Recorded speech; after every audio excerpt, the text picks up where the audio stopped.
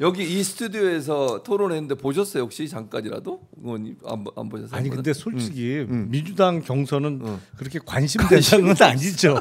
근데 이렇게 물어볼게요 그러면. 민주당 경선은 그래도 정책적인 얘기를 많이 나누잖아요. 아, 그렇죠. 이것과 국민의힘 지금 보면 인신공격도 하고 뭐 좀 그 논란이 되긴 하는데 그게 좋은 부분으로 논란되기보다는 뭔가 좀 희화화되고 이런 게 너무 많잖아요. 또 한덕수라고 하는 변수가 밖에 있다 보니까 흥행이라고 하는 게 좋은 흥행은 아닌 것 같아요. 그렇죠. 어떻게 비교하세요? 두 이 당의 경선 과정. 그러니까 국힘의 경선은 흥미 요소가 있는 거고, 흥미. 네. 뭐 재밌는 장면도 나오고, 뭐 네. 키높이 구도 얘기하고, 네, 그런 뭐 얘기하죠. 가발 네, 얘기하고 네, 그러니까 재밌는 요소가 있는 거고, 민주당은 경선 자체는 뭐 결과를 다 예측할 수가 있으니까 네. 과정에 대한 관심보다는 유력 후보가 정책적으로 어떤 맞아요. 얘기를 하냐. 그게 중요하죠. 네, 맞아요. 그래서 관심 저는 21일 날 그 발표됐던 코리아 디스카운트 해소 방안, 네. 그거는 정말 그 다 봤어요. 다 보셨어요? 그래서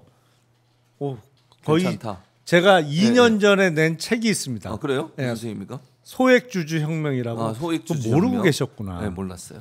한번 보세요. 알겠습니다. 나중에 한 권 사인해서 줘. 예. 네, 알겠습니다. 또 보면 소액주주 혁명. 싱크로율이 거의 100%예요. 상법 개정안과 연관돼 있습니까, 그게? 상법 개정뿐만 아니라 원칙적인 자사주의 소각뿐만 아니라 물적 분할을 통한 쪼개기 상장 금지 등 뭐 그리고 저 전자투표제 의무화 등 거의 뭐 같은 내용이에요. 그러니까 이재명 후보가 생각하는 경제 정책이나 우리 김용남 전 의원이 생각하시는 것과 거의 유사하다 이렇게 보시면 그럼요. 적어도 자본시장 한국 증시의 활성화 관련해서는 거의 똑같습니다.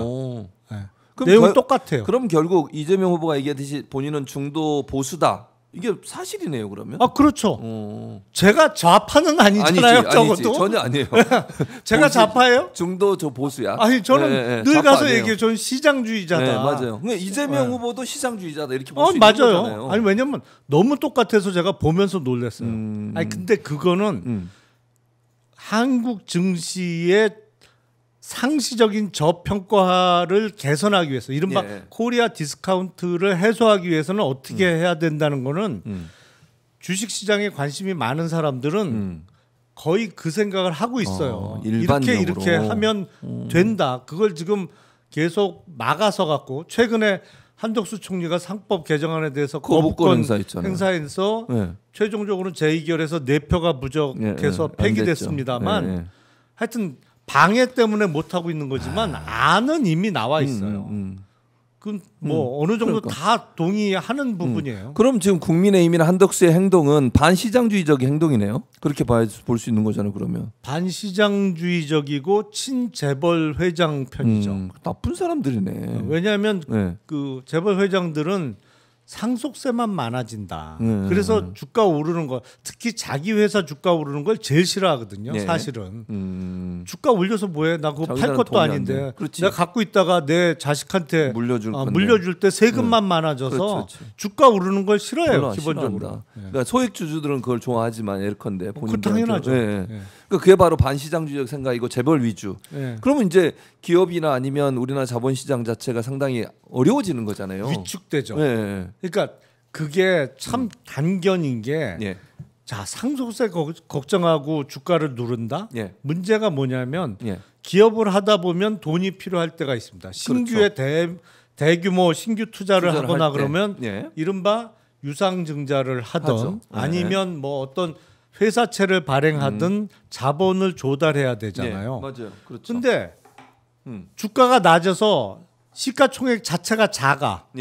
그러면 거기서 조달할 수 있는 자본 금액의 추가 자본의 한계가 있죠. 예를 들어서 시총 10조 하는 회사가 3조를 더 유상증자 주식을 더 발행해서 3조를 조달하겠다? 난리가 나죠. 근데 만약에 시가총액이 한 200조 하는 회사야. 근데 여기서 우리가 5조, 10조 더 조달하겠다? 별로 타격감이 없어요. 아니 뭐 앞으로 투자하는 것이 유망해 보이기만 하면 주주들도 찬성할 수 있죠. 하지만 10조 하는 회사가 3조를 추가로 주식 발행해? 그건 주식 불안하지. 발행수만 늘어나고 주가가 폭락하죠. 그렇죠. 그럴 수밖에 이게 없죠. 딱 우리나라와 다른 나라의 지금 상황이에요. 차이다. 다른 나라는 유상증자 대규모 자본 조달에 대해서 거부감이 없어요. 우리나라는 난리가 나. 왜냐하면 시총이 워낙 작기 때문에.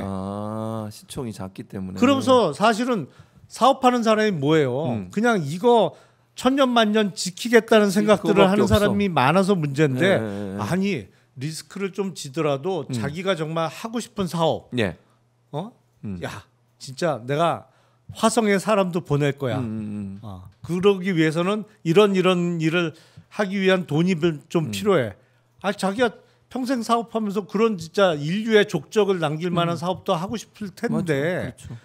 기본적으로 하고 싶어도 못해 우리나라는. 시가총액이 다들 조그맣기 때문에. 그러니까 그런 상황을 바꾸는 것이 필요하고 그럼요. 이재명 후보는 그런 부분을 적극적으로 인지하고 정책도 그렇게 갈 수 있는 후보다 이렇게 볼 수 있겠네요. 그러면. 제가 보기엔 21일 날 발표한 예. 코리아 디스카운트 해소 방안을 보니까 예. 그 거의 타짜예요. 타짜다. 그 부분에 있어서는 주식 최고다. 타짜예요. 아니, 타짜는 게 좋은 의미로 최고다. 좋은 의미로. 최고다 이런 의미죠. 그러니까 모르고 할 수 있는 얘기는 아닙니다. 그거 모르고 못해요. 네. 그걸 모르고는 할 수 있는 얘기가 아니죠. 지금 김용남 네. 말처럼 모르는 사람이 그런 얘기를 네. 할 수가 없잖아요. 그러니까 정확하게 경제를 제대로 뚫고 보고 있는 사람이다. 이재명 후보가 그렇게 얘기할 수 있겠네요. 김용남 의원이 인정한 겁니다. 감사하고요. 자, 김용남 의원과 1시간 가까이 얘기를 나눠봤습니다. 재밌었죠? 저랑 하니까. 박정원 예. 시간이 잘 가는 거죠. 계속 하면 더 좋을 것 같습니다. 박정호 기자 좌불 안 서기겠어요. 의자 빽! 책상 빽! 예. 자, 김용남 의원과 얘기 나눠봤고요. 김용남 의원 수고 많으셨고요.